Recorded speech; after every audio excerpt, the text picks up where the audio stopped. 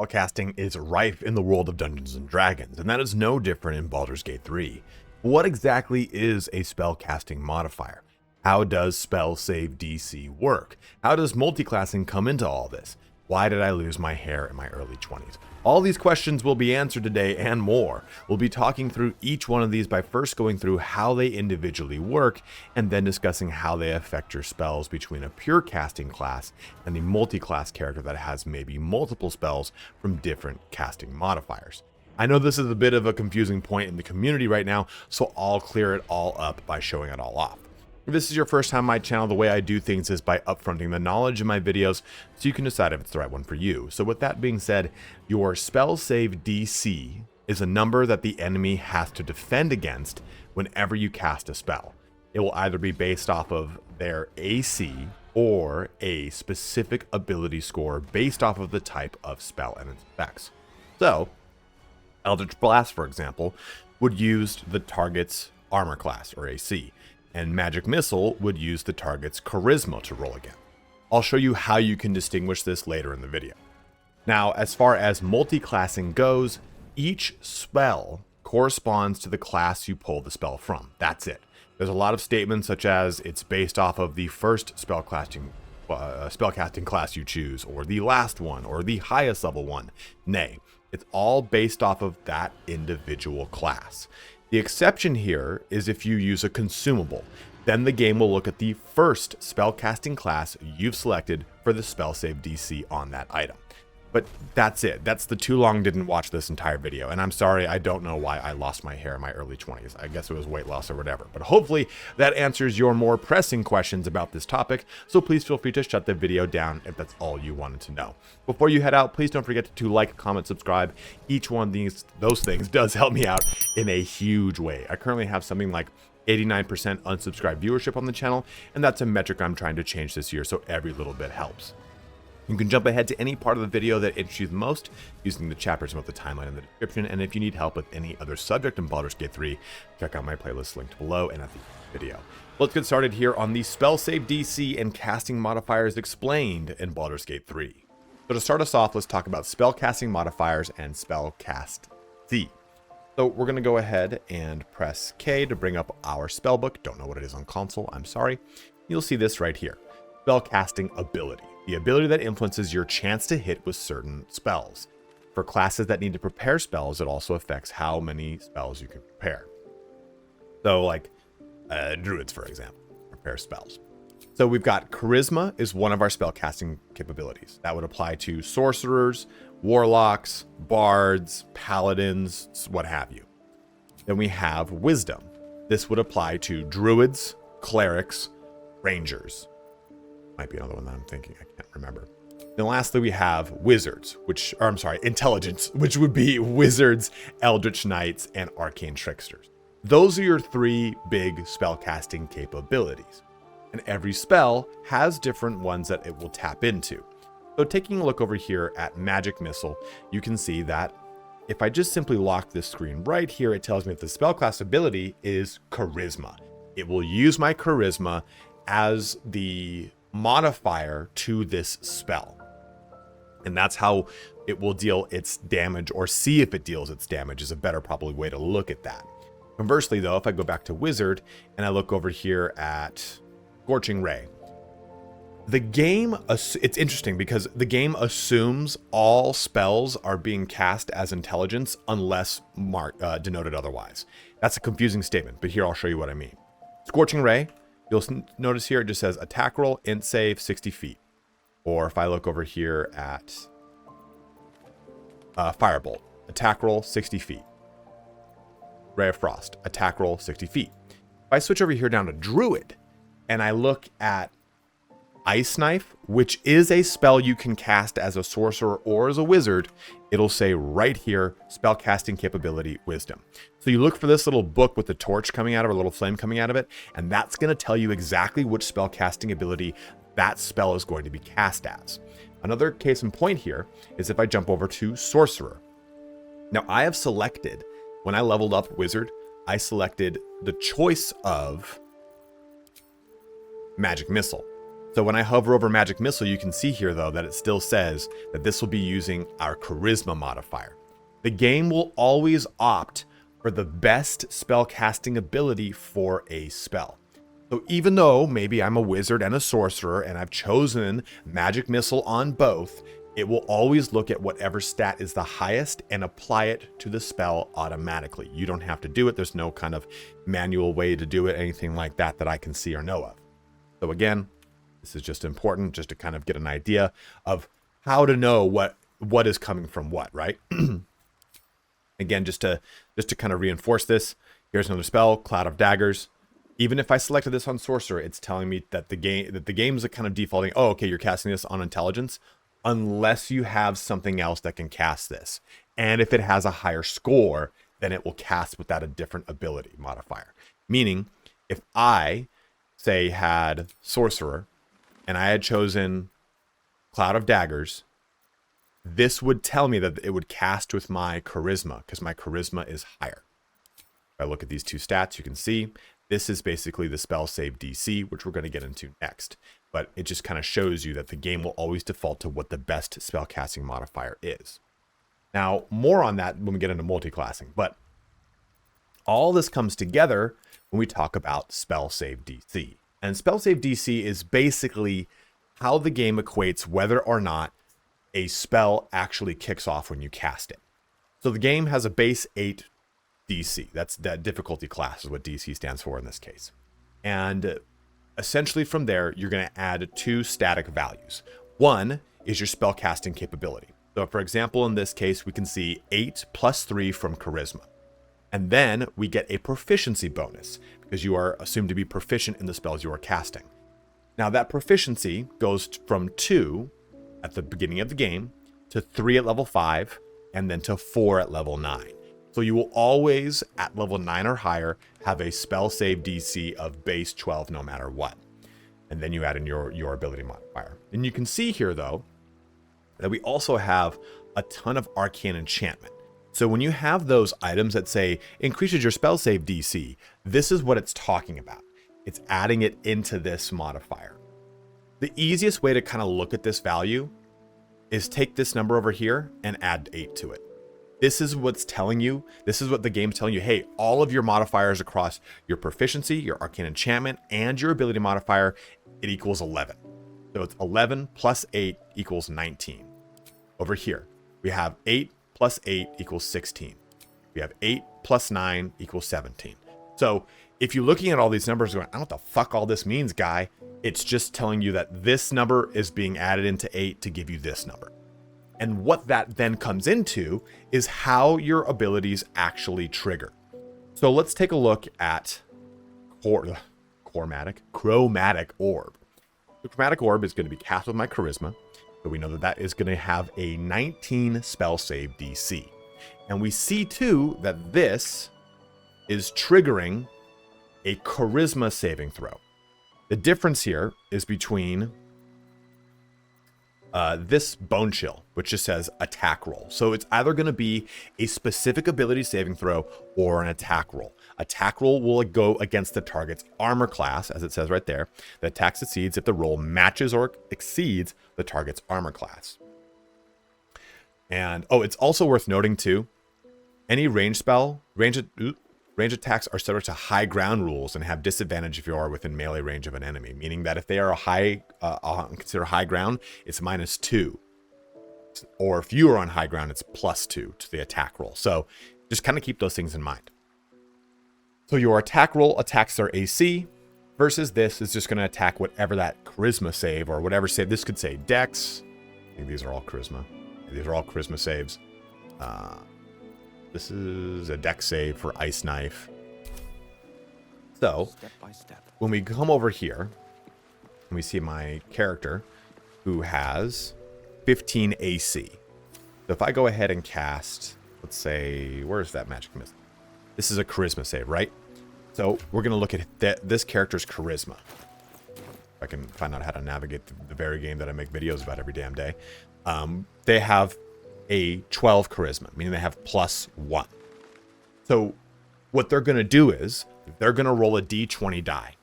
and they're going to then get a +1 to whatever that value is. And I have a natural 19 because that's what my spell save DC is, right? So they have to beat a 19 with their die roll plus their ability modifier. Let's show you an example. If you attack your allies, there's like a weird hidden like subtraction here. Let's show that going off. Okay, so 5, 4, 11. Oh, okay, all right. Got all that action going off. So this cast, you can, if you look at your combat log, it's always kind of it's going to give you the best way to kind of interpret whether or not this stuff actually happens. But you can see that this rolls and it hits. And cast magic missile, succeeded a wild magic check, uses this, uses that, whatever.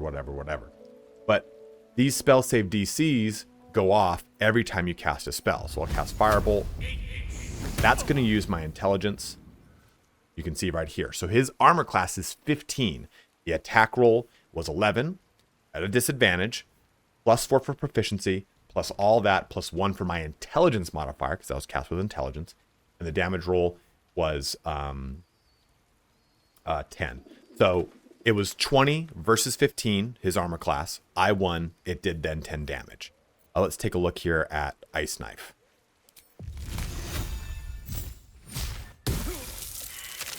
It's just not liking that, are you, buddy? Oop, table was hit. Whoopsies. Okay, so they rolled 15. I rolled a 17. It went through.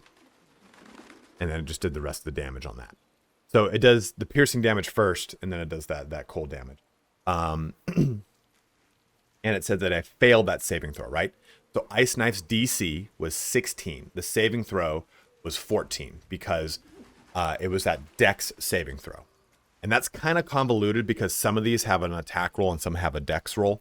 So it's a little bit more easy when we take a look at something like this, Poison Spray, which is just a straight up. And he saved against that poison throw, right? Trying to find the actual. There it is. Took a while to pop up. So that Poison Spray DC was a total of 16, but the saving throw that character rolled was an 18. So it shut that down.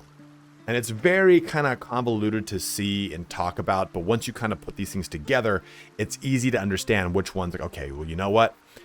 Okay, I got to do a big hit here. Coming up, what's this character? Okay, well, he's got a really high strength.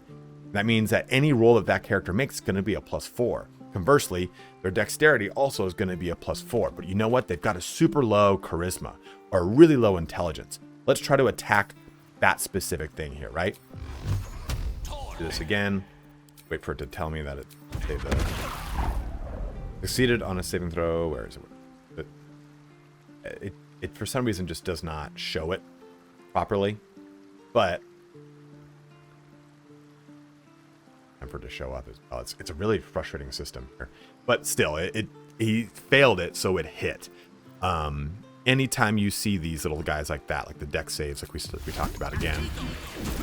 Okay, he again failed it, so he took the acid damage this time. I'm just trying to show off so many ways you can actually. Here's Thunder Wave.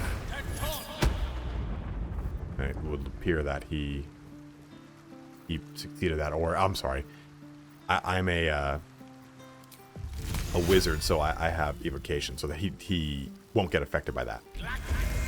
That's an attack roll, right? And that went right against his AC, that 15 AC. He failed because of my 20 attack roll. A lot of different ways you can kind of see these things being exemplified. Oops.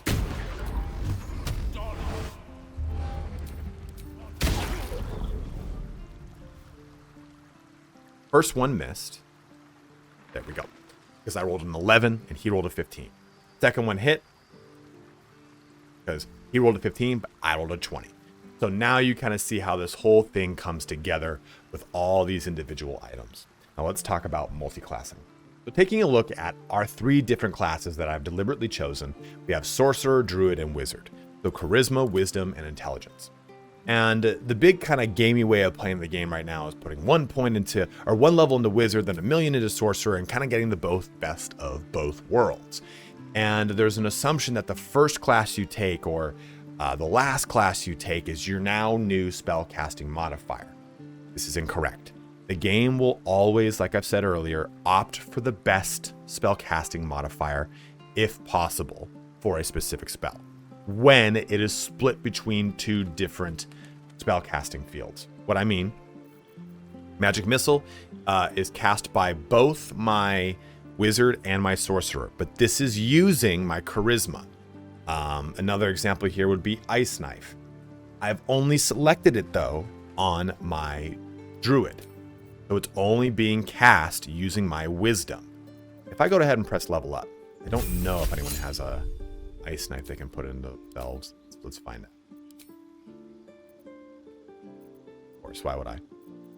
Witch Bolt is another example of one that I've selected on both Sorcerer and Wizard, and it's showing me that I am only using my Charisma for it. Aha! Ice Knife. Let's now press this one and go through. And you can even see right there, it says Charisma right at the bottom, right? It's going to use my Charisma to cast this spell. We're going to accept that. We're going to exit out of here. We're going to go back to our spell book.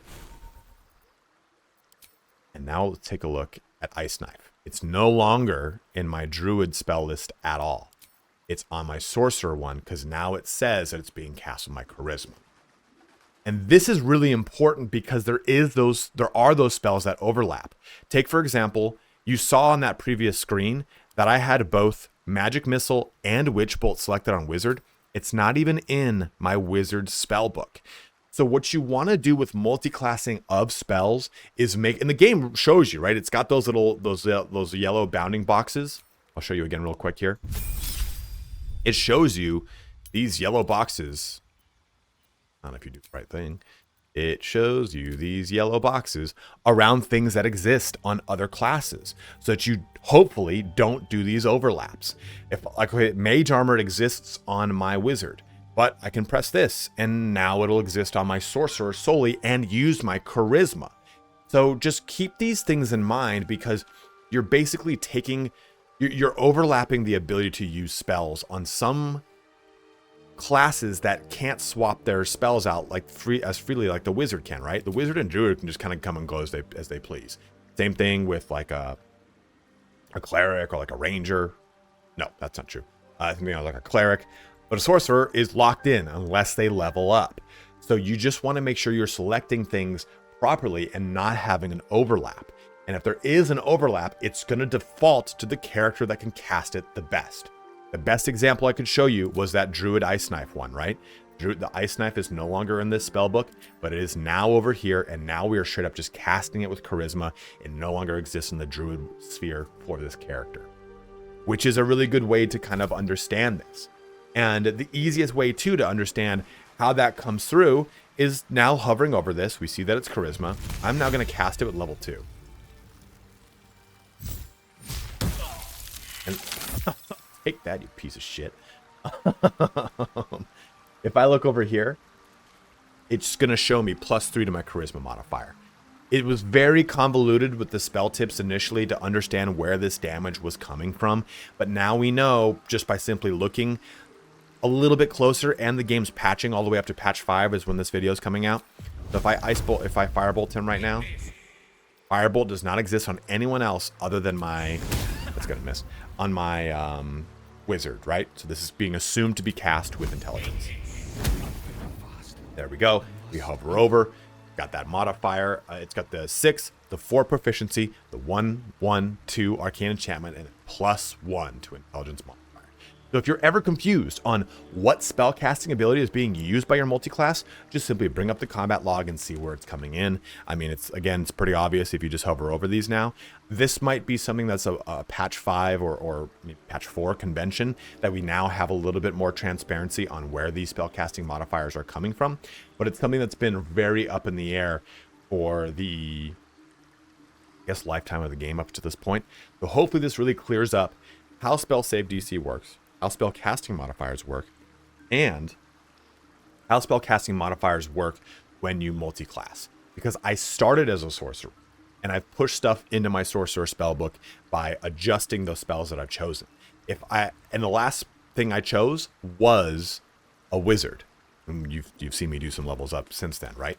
And if you always get confused, like, hey, what was my first spell class? What was the first class I chose? It's always right here. This is always your first class you've chosen in the game.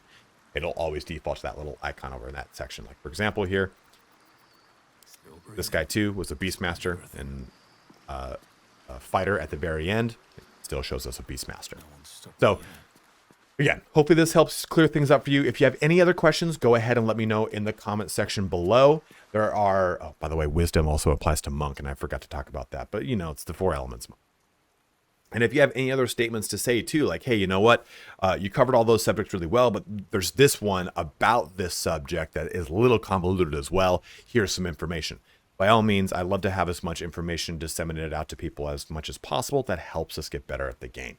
But as always, guys, thank you so much for watching here today. If there's any little subjects like this that you're interested in that you'd like to have a little kind of deep dive on, go ahead and let me know in the comment section below too. I'm more than happy to do these quick little videos to kind of jump in on a very specific mechanic and explain it a little bit. But as always, thank you so much for watching. Have a good one. Take care.